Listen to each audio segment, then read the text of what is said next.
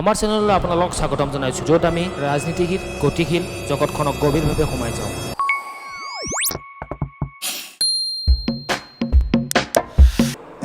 এই ভিডিঅ'টোত আমি আপোনালোকৰ বাবে লৈ আহিছোঁ 2023 বৰ্ষৰ অসমৰ নতুন সমষ্টিৰ তালিকা শেহতীয়া তথ্য। অসমৰ পৰৱৰ্তী ৰাজনৈতিক পৰিৱেশ অন্বেষণ কৰাৰ লগতে সংশোধিত সমষ্টিসমূহৰ প্ৰভাৱ বিশ্লেষণ কৰাৰ সময়ত আমাৰ সৈতে যোগদান কৰক। চহকী সংস্কৃতি, ঐতিহ্য আৰু সজীৱ গণতন্ত্ৰৰ বাবে পৰিচিত অসম ৰাজ্যখনে সমষ্টিৰ ক্ষেত্ৰত এক উল্লেখযোগ্য পুনৰ্বিন্যাসৰ সন্মুখীন হৈছে। ভাৰতীয় নিৰ্বাচন আয়োগৰ নতুন সমষ্টিৰ তালিকা প্ৰকাশ কৰাৰ লগে লগে ৰাজনৈতিক সীমা আৰু প্ৰতিনিধিত্বৰ ক্ষেত্ৰত এক উল্লেখযোগ্য পৰিৱৰ্তন ঘটিছে। এই ভিডিঅ'টোত আমি আপোনালোকৰ বাবে নতুন সমষ্টি মানচিত্ৰৰ গভীৰ বিশ্লেষণ আগবঢ়াম। আমি সীমা নিৰ্ধাৰণ প্ৰক্ৰিয়াৰ আঁৰৰ কাহিনীসমূহৰ বিষয়ে আলোচনা কৰিম, যাৰ লক্ষ্য হৈছে সকলো নাগৰিকৰ বাবে ন্যায় আৰু সমতাপূৰ্ণ প্ৰতিনিধিত্ব নিশ্চিত কৰা। এই প্ৰক্ৰিয়াৰ সময়ত বিবেচনা কৰা কাৰণসমূহ যেনে জনসংখ্যাৰ বিৱৰণ, ভৌগোলিক বৈশিষ্ট্য আৰু সম্প্ৰদায়ৰ স্বাৰ্থ বুজিলে আমি পৰিৱৰ্তনৰ আঁৰৰ যুক্তি ভালদৰে বুজি পাম। আমাৰ বিশেষজ্ঞ পেনেলে অসমৰ অন্তৰ্গত নিৰ্বাচন আৰু ৰাজনৈতিক গতিশীলতাৰ ওপৰত সংশোধিত সমষ্টিসমূহৰ প্ৰভাৱ বিভাজিত কৰিম। আমি পৰীক্ষা কৰিম যে এই পৰিৱৰ্তনে ক্ষমতাৰ বিৱৰণ, ৰাজনৈতিক দলৰ কৌশল আৰু বৰ্তমান আৰু প্ৰত্যাখ্যানকাৰী উভয়ৰে আকাংক্ষা কেনেদৰে প্ৰভাৱিত কৰিব পাৰে। তদুপৰিও আমি প্ৰান্তীয় সম্প্ৰদায়, অপ্ৰতিনিধিত্বশীল সম্ভাৱ্য প্ৰভাৱৰ বিষয়ে অন্বেষণ কৰিম। প্ৰতিটো সমষ্টিৰ ভিতৰত জনগাঁথনিগত পৰিৱৰ্তন বিশ্লেষণ কৰি আমি পৰৱৰ্তী সামাজিক আৰু ৰাজনৈতিক গতিশীলতাৰ বিষয়ে অন্তৰ্দৃষ্টি লাভ কৰিব পাৰোঁ আৰু বৰ্ধিত অন্তৰ্ভুক্তি আৰু প্ৰতিনিধিত্বৰ সম্ভাৱনাৰ মূল্যায়ন কৰিব পাৰোঁ। নতুন সমষ্টিৰ তালিকাৰ ওপৰত তেওঁলোকৰ দৃষ্টিভংগী লাভ কৰিবলৈ আমি ৰাজনৈতিক বিশ্লেষক, স্থানীয় নেতা, সম্প্ৰদায়ৰ প্ৰতিনিধিৰ সৈতে কথা পতাৰ সময়ত আমাৰ সৈতে যোগদান কৰক। তেওঁলোকৰ বহুমুখী অন্তৰ্দৃষ্টিয়ে অসমৰ জনসাধাৰণৰ ওপৰত এই পৰিৱৰ্তনৰ প্ৰভাৱ আৰু উজ্জ্বল ভৱিষ্যতৰ বাবে তেওঁলোকৰ আকাংক্ষাৰ বিষয়ে এক ব্যাপক বুজাবুজি লাভ কৰিম।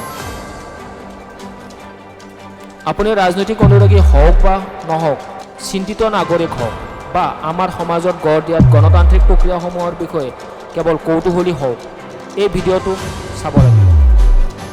অৱগত হওক, অৰ্থপূৰ্ণ আলোচনাত লিপ্ত হওক, অসমৰ ৰাজনীতি পৰিৱেশৰ ভৱিষ্যত গঢ় দিয়াৰ সক্ৰিয় অংশগ্ৰহণকাৰী হওক। আমাৰ চেনেলটোত ছাবস্ক্ৰাইব কৰিবলৈ নাপাহৰিব আৰু নটিফিকেশ্যন ঘণ্টাটো বজাই শেহতীয়া ৰাজনৈতিক পৰিঘটনা আৰু বিশ্লেষণৰ সৈতে আপডেট হৈ থাকিবলৈ নাপাহৰিব।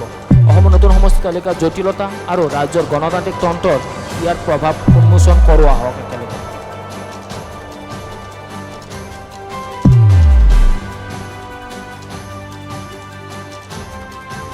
অসমত সীমা নিৰ্ধাৰণ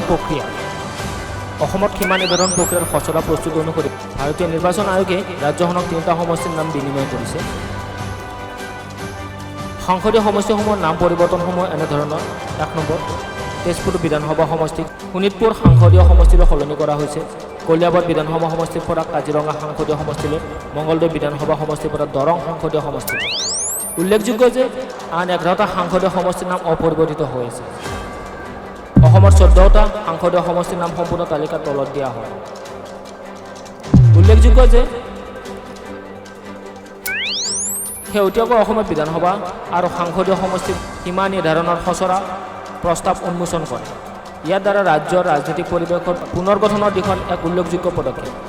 শেষতো সীমা নিৰ্ধাৰণৰ অনুশীলন 4 দশকৰ অধিক পূৰ্বে 1976 চনত হৈছিল, যাৰ ফলত এই পুনৰীক্ষণ বহু প্ৰতীক্ষিত উন্নয়ন হৈ পৰিছে।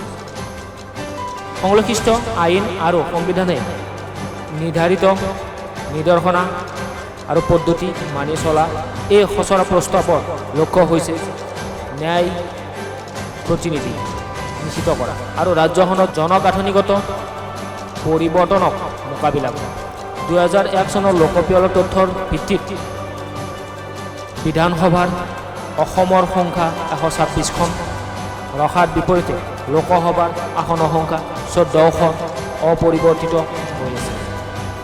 অতিৰিক্ত মতামত সংগ্ৰহৰ প্ৰয়াসত আয়োগে 2023 চনৰ জুলাই মাহত অসমৰ ৰাজহুৱা শুনানি অনুষ্ঠিত কৰাৰ পৰিকল্পনা কৰিছে।